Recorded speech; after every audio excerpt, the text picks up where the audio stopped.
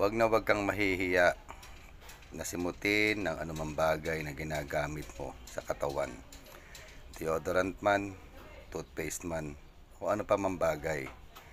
Dahil unang-una, kailangan mo yung mapakinabangan hanggang sa kahuli-hulihang parte. Hindi porket may pambili ka at namanipis na, tapon agad.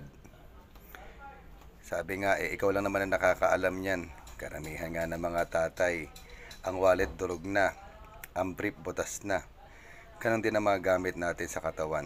Hindi porke sasabihin marami kang pambili, pag umabot sa dulo, tatapon mo na agad kasi kailangan mo nang bumili ng bago. Simutin mo rin kasi nakakasave ka pa ng ilang araw na gamit. Ikaw lang naman ang nakakaalam bakit kailangan mo yabangan mismo sarili mo para lang masabi na mapera ka. Ang dami mong mga taong makikita, natapon dito, tapon doon. Pag nasa labas, pagkasama ang mga barkada, kasama yung mga tropa, pag nagyayabang sa kung kani-kanino, o order na sang katutak na pagkain, si tatapon lang. Sa bagay, pinagkakitaan mo yan. Ano nga bang pakialam ng iba sa inyo?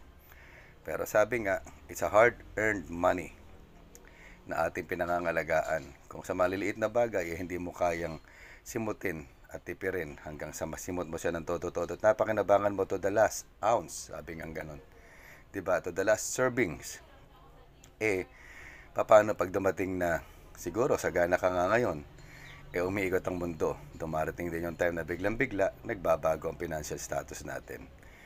Ako, ugali ko na yan. Sinisimot ko lahat yan. Napakinabangan ko sa lahat-lahat.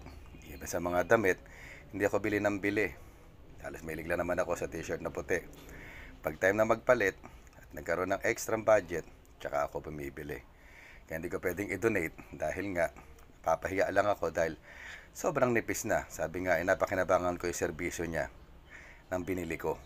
Hindi kailangan laging nakasunod sa uso, hindi laging nakasabay kailangan laging bago, dahil unang-una, kung may pamilya kang pinakakain, hindi importante yung pagyayabang mo sa iba para lang masabi na bida-bida ka.